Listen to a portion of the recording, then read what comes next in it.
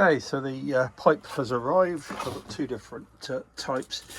There's the 10mm internal diameter pipe that does all the fresh water, and then for the outside drains and that, I've got some more 15mm, which is going to replace all of that, because it's all a bit old after 42 years. So let's get this on and get it installed, and then I can start repairing that floor. And yeah, and then I'm going to sort out this side cabinet as well, because I've got some more bits arrived today for that. Right, I'll see you in a bit when this is installed. So one of the things that you're going to need if you're messing around with this pipe is some way of heating up the ends. Now obviously, if I'm constructing this on a bench or on the floor, I'll just use boiling water. But I've got to remove one of these pipes here, which is that one and that one, and in order to get them off the barbed fittings, I'm going to have to heat them up a little bit. And I just use a hot air gun on low. Don't do it hot, because it'll burn everything basically and melt the pipe. All we want to do is just warm it up, make it a bit more flexible, so we can get it on and off the connectors. So yeah, let me just do that now. Okay, so the pipe's now in and connected. Hot and cold going down through the holes there. Stop shaking. And they're running along here, and I can actually tuck them underneath this piece here. Now, got to be a bit careful here, because this side on here is fully supported with a stringer that runs down there.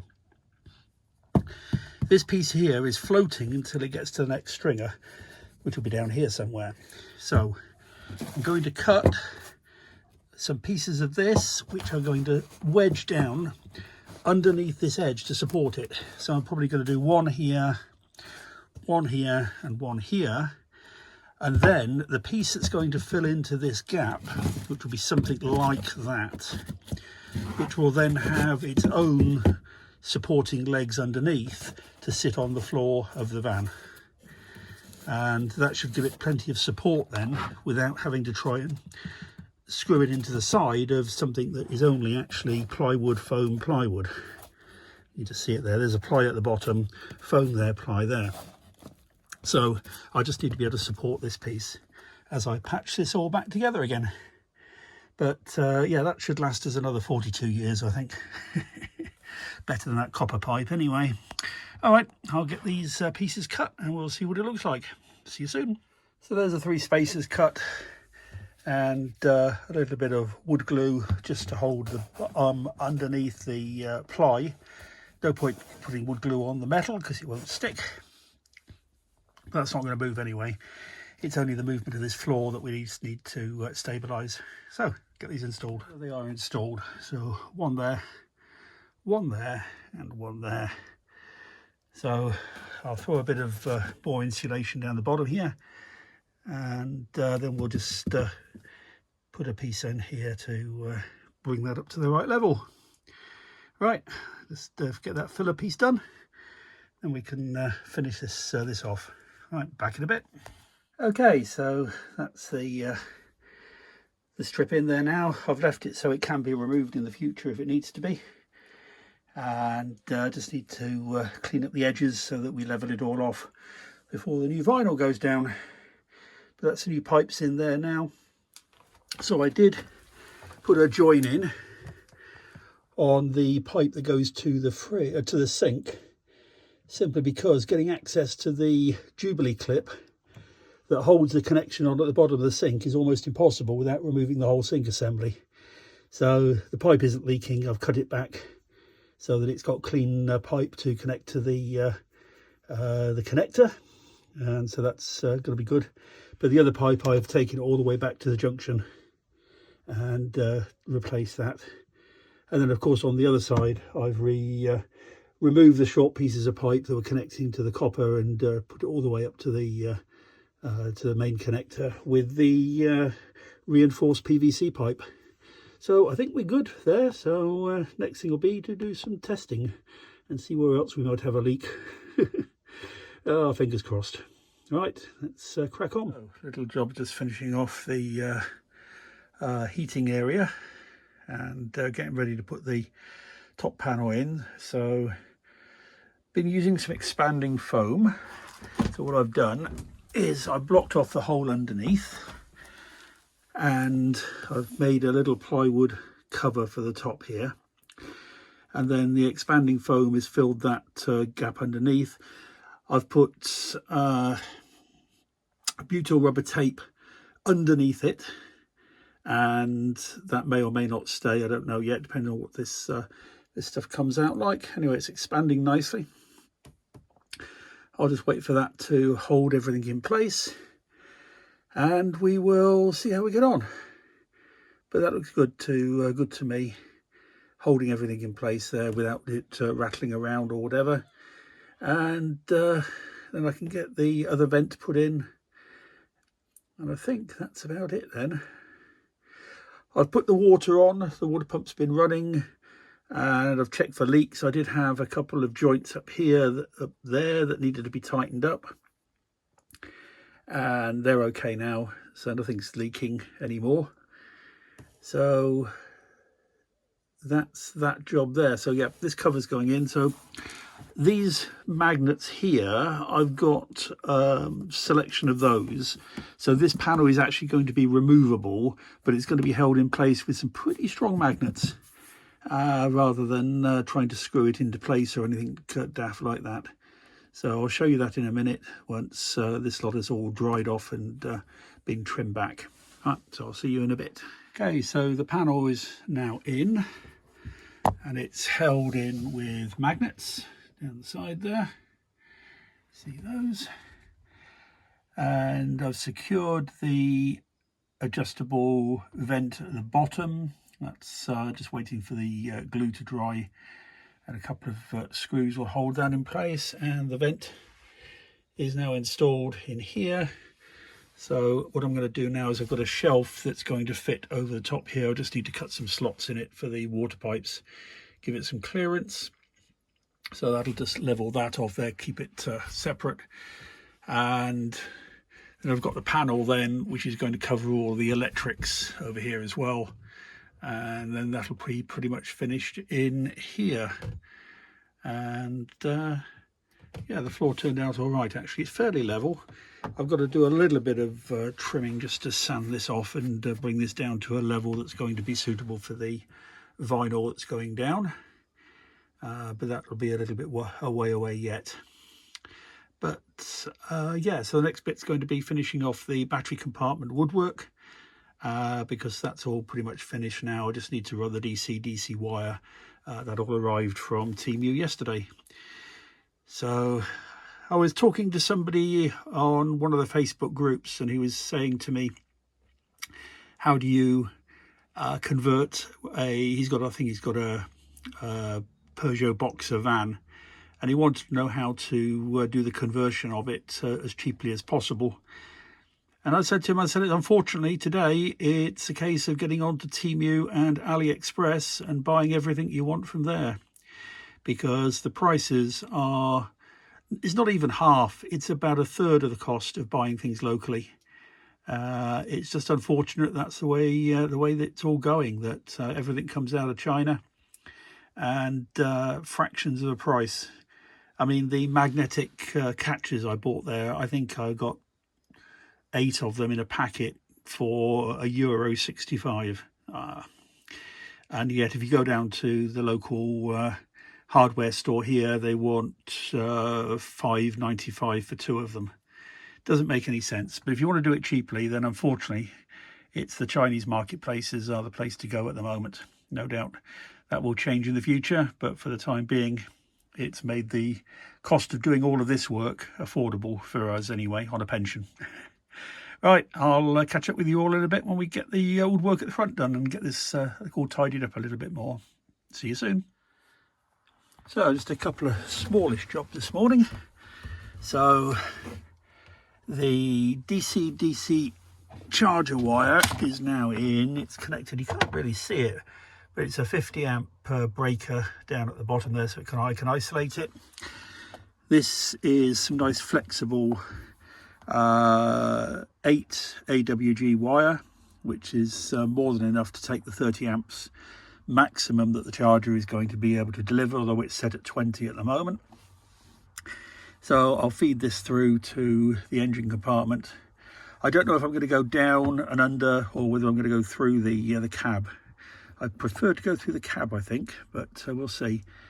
And then that will then connect to a fuse onto the battery, the main engine battery. So that will give me DC charging as well. So that's pretty much this this box all finished now. All the different switches, isolators, fuses, etc., are all in place. So that was good. And then, of course, the charger itself is now controllable by the remote control, so I can switch it on and off from the driving position. So that's good. And then the other job now was to fit the shelf in here, which just gives me coverage of this space down below. That's for the hot air, of course, and then all the water pipes go in there for the shower. So we've fitted this all up here. I'm going to I've got some nice brown silicone that I'm just going to finish off these edges with, make that nice. The panel goes on the front here, so that's all on the magnets, which we talked about earlier on. And then I've just put the cover in, which is covering all the electrics. So again, that will just be sealed off there, so that hides all of that. So yeah, that bit's all done now. So on to the next job. I'll see you shortly. So we've had a couple of days of rain now, and this is all now still completely dry. I've just used my damp meter on it. Everywhere else in the van is at 15%, which is typical for where we are. And this is all up here is again between 14 and 16. So I'm fairly happy now that there is no leaks up there. So the cabinet here is now going to go back, but I have bought a selection of lights. These are all cob lights, which is basically similar to LEDs, but you don't see the individual LEDs, it's all continuous. So that one's the one for the bottom of here. I'm actually going to use the original fitting, but remove the light bulb from it, but use that as the switch for the light, which is obviously going to fit there underneath the cabinet, just to keep a little bit of authenticity. And then these light fittings, which I was going to change, but I've now decided I'm going to put LED bulbs in them to obviously modernise it, but keep the original. It's just keeping a little bit of the history of it. So I'd like to keep those as much as possible.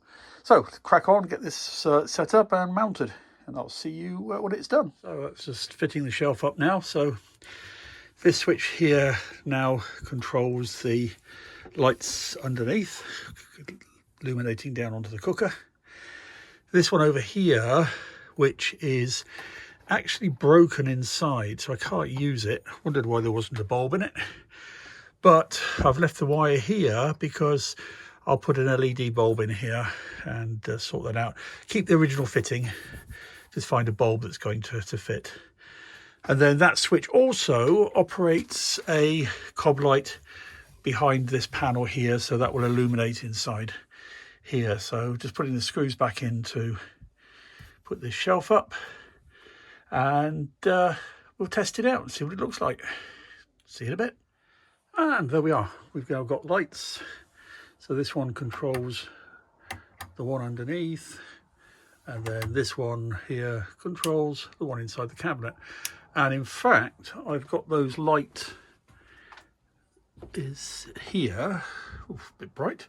So I'm going to do the same thing again. I'm going to illuminate the inside of the cabinets with those cob lights as soon as those lights go on. And then I've got one there at the back which needs a new bulb in it, and that one over there is working there, just a dodgy switch. So again, I'll set those up so those are illuminated at the same time. because they're obviously LEDs. They're very, very low wattage. They take about 2 or 3 watts, so it's not going to have any impact on the battery. So yeah, very pleased with that. Good old Wago connectors being used everywhere. But yeah, just box those in at the back and we're good. Right, let's carry on. And I might leave that there for now because I've got a couple of other jobs to do, which, oh, actually, no, I've got one more job to do, I think, which is going to be reassembling this seat because I've finished in the electric cabinet now. So I can now put my sliding piece out here for the bed. So I'll show you how the bed makes up. So I'll do that one next. Right, see you soon. Okay, so that's the lighting all finished in here. And what I ended up doing was I bought a 3-meter length of COB light and cut them to length and soldered on new connections, and then tied them into the existing lights so that as these lights go on and off, they also illuminate the inside. And I think that's rather nice. And all the way around. So all these can be controlled by the on-off switches for the main lights and just illuminates the insides, which, because they're COB lights, basically LEDs, it means they're very low wattage. I think there's, for the length of that, there's probably about 3 or 4 watts inside each cabinet. So not enough to worry about with 12-volt supply. I don't suppose anybody who ever built one of these will actually ever see this video. But if they do, what were you thinking? So all of the 12-volt wiring in here is basically using 240-volt cable with the earth cut off at the end. And it's using black and blue. So when you look at a cable, you don't know whether it's 12 volts or 230 volts without testing it. So obviously I've isolated all the 230 anyway whilst I'm working on it. And here's a lovely example. So on this light here, if I shade that for you, the feed coming in is black and blue, but when it connects to the light connects the blue to the black and the black to the blue. Okay, not quite sure what they were thinking of, but hey, that's the joy of working on an old motorhome.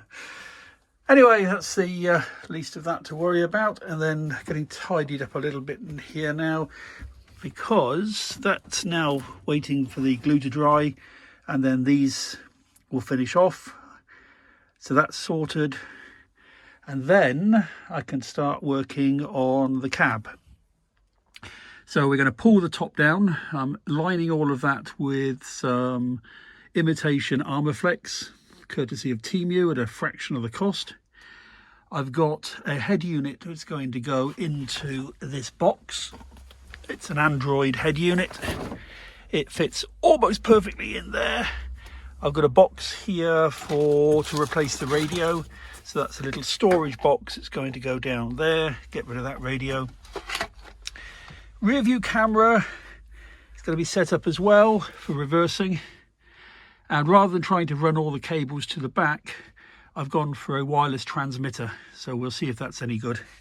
So basically that will just transmit the video from the back through to the head unit. We'll see how we get on with that. But anyway, that's enough for another day. I'm going to leave it here. Next time you see me, this should be a lot tidier. That box will be complete, and I'll show you how the bed arrangement works. So until then, thanks for watching. Please subscribe if you can. I don't suppose we'll ever get to the 1,000 where you actually get paid a little bit of money by YouTube, but you never know. I'm not doing it for that reason anyway. I'm doing it for a record of all the work that's been done. So, on to the next job. See you soon. Bye for now.